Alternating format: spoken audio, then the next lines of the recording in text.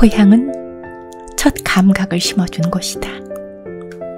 초가집 처마를 타고 주룩주룩 흐르던 빗소리, 마당에 펼친 멍석 옆에서 타오르던 모깃불 쑥 연기, 아랫논 물고에서 고무실에 잡아담은 송사리들이 오종종한 유형, 조류가 처음 본 대상을 어머니로 인식하듯 고향은 우리에게 또 하나의 그리운 어머니가 된다. 안녕하세요. 감성편지 김다원입니다. 밤이 깊어지니 아득하게 들리던 개구리 소리가 더 가까워졌습니다. 찔레꽃과 아까시꽃 향이 은근하게 들어오던 5월의 밤이 다 가고 있습니다.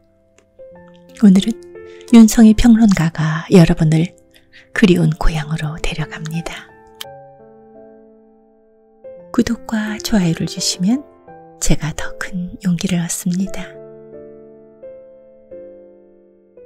몸 따로 마음 따로 고향 윤성희. 이원수가 노랫말을 쓴 고향의 봄이 과연 동요인가 하는 의문이 들 때가 있다. 사전은 어린아이들이 감정이나 생각을 담아서 표현한 문학 장르의 하나 또는 거기에 곡을 붙여 부르는 노래가 동요라고 정의한다. 고향의 봄은 14살 소년 이원수가 1926년 어린이라는 잡지에 발표한 동시인데 홍란파가 1929년도에 곡을 붙여 널리 불리게 된 노래다. 지금은 교과서에서 사라졌지만 어린 시절에 모두가 배웠던 노래고 일본의 초등 4학년이 쓰는 일부 음악 교과서에도 실려있는 노래다. 의심의 여지 없이 동요가 맞다. 그런데도 여전히 의문이 남는다. 나의 살던 고향은 꽃피는 산골, 복숭아꽃, 살구꽃, 아기 진달래, 울긋불긋 꽃대궐 차린 동네, 그 속에서 놀던 때가 그립습니다. 그 속에서 놀던 때가 그립다는 고향에 대한 그리움은 14살 소년의 정설하기에는 얼른 납득이 가지 않는다. 이 노래를 어린 시절 불렀다니 과연 가사에서 우리가 어떤 절절함을 느끼기는 했을까? 향수와 추억을 불러일으킨다는 점에서 차라리 성인용 동요라고 하는 것이 옳을 것 같다. 고향에 관한 동요는 노년의 나이가 된 지금쯤 불러야 맛깔이 느껴지는 것이 사실이다. 젊은 시절 사느라고 바빠서 뒤를 돌아볼 틈이 없던 사람도 일에서 조금씩 멀어지면서는 지난 시절을 떠올려 보게 된다. 나이가 들게 되니 향수를 느끼는 때가 많아지는 것이다. 그 속에서 놀던 때는 14살짜리 소년의 추억이 아니라 산전수전을 겪어온 노년만이 바라볼 수 있는 풍경화 한 폭이다. 물론 나이에 상관없이 인간의 무의식 안에는 근원적 향수라는 것이 있을 수 있다. 학습된 것이 아니라 어머니의 자궁으로부터 유전되어 온 심리적 근원에 대한 지향 같은 것이다. 그러지 않고서야 어떻게 고향의 봄이 어린이의 입에 착착 달라붙을 수 있었단 말인가. 연어가 모천으로 회귀하는 것은 누가 가르쳐서 되는 것이 아니듯 사람에게도 그런 본능적 귀소의식이 없다고 할 수 없다. 그 본능이 동심 속에서 살살 바닥이다가 청년기, 성인기에 이르면 사는 일에 밀려서 잠시 억압 상태가 된다. 그러다가 에너지가 줄고 젊음이라는 아이스크림이 녹아가는 나이가 되면 봉인되었던 본능이 풀리고 풋풋했던 원 풍경이 하나 둘 떠오르는 것이다. TV 프로그램 나는 자연인이다 의 주 시청자층이 중장년 이상의 남성인 것은 그런 연유에 기반한다. 50대로 이루어진 한 직장인 모임에서 고향 풍경을 그려보자고 했다. 그랬더니 대부분 멀리 산으로 둘러싸인 마을을 그리고 마을 어귀 빈터에 우람하게 솟은 느티나무를 그리더라는 것이다. 거기 구성원들의 고향은 아마 제각각이었을 것이다. 그런데도 멀리 산으로 둘러싸인 마을과 동구 앞 느티나무를 그렸다면 누구에게나 보편적으로 각인된 고향의 이미지가 있다는 뜻일 게다. 내 마음속에 박혀있는 고향의 풍경도 거기서 크게 벗어나지 않는다. 초가지붕이 있고 굴뚝에는 뽀얀 연기가 뭉글뭉글 솟아나는 그런 풍경이다. 그때는 생솔가지를 꺾어다 겨울 땔감으로 썼다. 끈적한 송진이 묻어나는 것이 싫었겠지만 어머니는 새벽마다 고개가 꺾일 만큼 생솔가지 다발을 머리에 이어 날랐다. 진한 송진 냄새와 타닥거리는 소리가 섞여 올라오던 자욱한 연기의 공감각을 잊지 못한다. 그때는 눈물을 짠하게 하던 매캐한 연기가 싫었다. 밖에서 세수하고 들어올 때 어린 손에 들러붙던 방문꿀이 차가운 감촉도 불쾌했다. 문풍지 우는 소리가 방 안의 한기와 짝패를 이룰 때는 신경세포가 오그라드는 느낌까지 들었다. 아무도 밟지 않은 새벽 눈길에 첫 발자국을 내며 걷던 긴 등굣길의 추위도 지긋지긋했다. 한밤중에 일어나 측간 가는 길에 들리던 소쩍새 모구름 소리에는 솜털조차 빳빳이 일어나는 무서움이 끼쳐왔다. 그런데 언젠가부터 고향이라는 단어가 따뜻해지기 시작한 것이다. 오랫동안 온기가 느껴지지 않던 방구들의 장작불이 지펴진 듯 고향 바닷가의 갯내음에도 마음이 덮여지는 것이었다. 어릴 때의 삶이 허기지고 차가웠을지라도 고향은 이제 애잔한 그리움이 되어 등대의 불처럼 깜빡이며 손짓을 하는 것이다. 적금을 다 주택자금이 마련되면 을랑이 엄마, 내다버린 생각들을 다시 챙겨 메추리가 뒤란으로 기어드는 산골 마을 곱게 널린 노을 아래로 돌아가자. 가서 솔가지 짚혀 저녁 연기를 올리며 살자. 집 둘레엔 듬성듬성 탱자나무를 심어 울을 치고 빨래가 제주 넘어올 나일론 줄도 달아보지 않으련.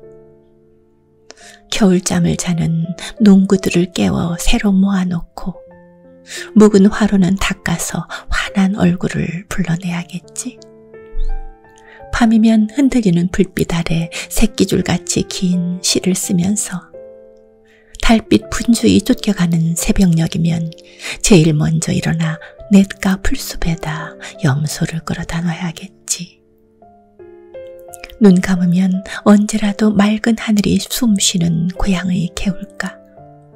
버들강아지 푸른 혈이 다시 돋고 울타리 탱자꽃이 하얀 리본처럼 피어날 때 을랑이 엄마, 그대는 해랑이를 업고 텃밭으로 나가고 나는 마을 언덕의 굽은 등을 타고 앉아 을랑이에게 저 검은 들녘을 기어가는 논두렁의 역사를 낱낱이 손가락으로 가리키며 함께 봄을 일구어 보자.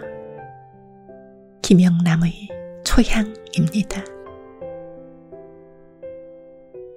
이 시가 있는 고향은 얼마나 간절한 꿈의 풍경인가. 지목으로 삼은 초향은 사전에도 올라있지 않은 말이니 마음속에 나있을 장소일 거고, 풀초자를 썼으니 아마도 풀냄새 싱그러운 마을 정도일 뜻일 게다. 초향은 고향을 떠나 살고 있는 장사미사들의 귀소 소망을 낭만적으로 표현한 작품이다. 하지만 일행 이행은 벌써 화자가 처한 현실을 상기시킨다.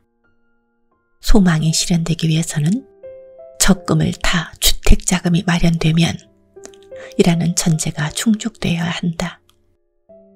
돈이 모이면, 애들 학교 졸업하면, 걸리적거리는 것들 다 정리하면, 그래서 지금은 아등바등하며 적금을 쪼개붓고 하루하루를 노심초사해야 하는 처지일 것이다. 그러느라 당장 고향으로 달려가 살겠다는 생각은 내다버린 지 오래다. 내다버린 생각들을 다시 챙겨 귀향길에 오르려면 그때가 언제가 될지 가늠하기 어렵다. 우리는 이렇게 몸 따로 마음 따로의 이중 조건에 속박되어 있다.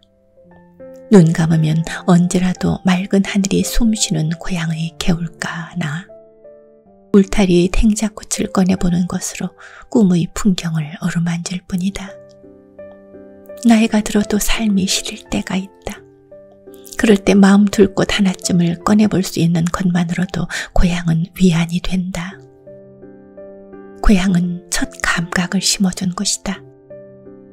초가집 처마를 타고 주룩주룩 흐르던 빗소리, 마당에 펼친 멍석 옆에서 타오르던 모깃불 쑥연기, 아랫문 물고에서 고무신에 잡아담은 송사리들의 오종종한 유형, 조류가 처음 본 대상을 어머니로 인식하듯 고향은 우리에게 또 하나의 그리운 어머니가 된다.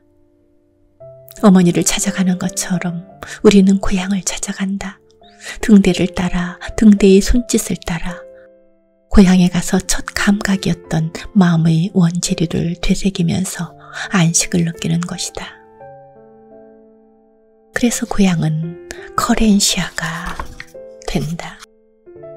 커렌시아, 투 마니아로 알려진 해밍웨이의 오후의 죽음을 읽다가 발견한 개념이다. 본디는 애정, 애착, 귀소 본능, 안식처 등을 뜻하는 스페인 말이라 한다. 해밍웨이가 전하는 투 경기에서는 투사와의 싸움 중에 소가 잠시 숨을 고르면서 기운을 회복하는 곳을 가리킨다. 그곳에서 소는 인간이 꺾을 수 없는 막강한 힘을 갖는다 고 말한다. 커렌시아는 소에게 회복과 충전의 장소인 셈이다. 투사의 공격으로부터 자신이 안전하다고 느끼는 곳, 찔리고 찢기는 곳에 스스로 마음의 붕대를 감싸는 곳, 힘들고 지쳤을 때 원시의 기운을 얻는 곳이다. 사실 누구나를 막론하고 노년의 자리는 거저 얻어지는 것이 아니다. 노년에 이르기까지의 삶은 소가 투사와 맞붙어 싸우는 투 경기와 같은 것인지도 모른다. 투 경기는 소와 투사가 1대1로 대결하는 것이 아니다. 피카도르, 반데리에로, 마타도르라 불리는 프로투사들이 차례로 등장하고 여기에 맞서 한 번도 사람과 싸워본 경험이 없는 소만 링 위에 오를 수 있다. 우리 인생도 한 번도 경험하거나 연습 경기를 해보지 않은 채 링 위에 올라와 있다. 그래서 우리 인생은 언제나 서툴고 낯설다. 채이고 넘어지고 지치고 상처나기 일쑤다. 인생은 고해라거나 꽃길이 심리면 가시밭길이 백리라는 말이 생기는 이유다. 그 가시밭길에서 우리는 만신창이가 되곤 한다. 오디세이는 그리스 영웅 오디세우스가 트로이를 무너뜨린 뒤 고향인 이타카 섬으로 돌아오는 귀향의 여정을 그린 대서사시다. 오디세우스는 20년 만의 귀향길에서 수많은 역경과 고난, 죽음의 위기를 겪는다. 연어도 무천으로 돌아가기 위해서는 물살을 거스르고 포식자를 피하면서 상류로 고달픈 여행을 해야 한다. 어떤 것은 1000km가 훌쩍 넘는 일대 서사의 과정을 거치기도 한다. 오디세우스에게도 삶은 고해의 연속이었다. 꽃길은 잠시였고 가시밭길은 길었다. 험난하다고 우리가 인생을 멈출 수 없는 것처럼 그도 멀고 긴 항해를 포기할 수 없었다. 그에게 고향 이타카는 작은 바위섬에 불과했지만 사랑스러운 아내 페넬로페가 기다리고 있는 곳이었기 때문이다. 저자인 호메로스는 종종 이타카를 잘 보이는 곳이라고 불렀다. 20년 동안이나 마음에 담아두고 있었기에 이타카는 과연 눈을 감아도 잘 보이는 곳이었을 것이다. 우리도 언제나 마음의 등대인 고향을 떠올리고 길을 찾고 지도를 그린다. 하지만 고향에 돌아가 안착하기에는 실로 만만치 않은 현실이 우리를 가로막고 있다. 고향은 눈에 잘 보이는 곳으로만 남아있을 뿐이다. 잠시 여러분도 여러분의 고향으로 가셨죠? 여러분의 고향은 어떤 곳이었을까요? 고향이 다 변했어도 내 마음속의 고향은 그대로입니다. 돌아가신 아버지 어머니도 그대로 고향에 살아계십니다. 생울타리를 뚫고 부엌으로 뛰어들어가면서 엄마 하고 부르면 엄마가 환하게 웃으며 맞이할 것 같은 고향. 여러분도 오늘은 고향으로 가보시기 바랍니다. 고맙습니다. 다음 토요일에 뵙겠습니다.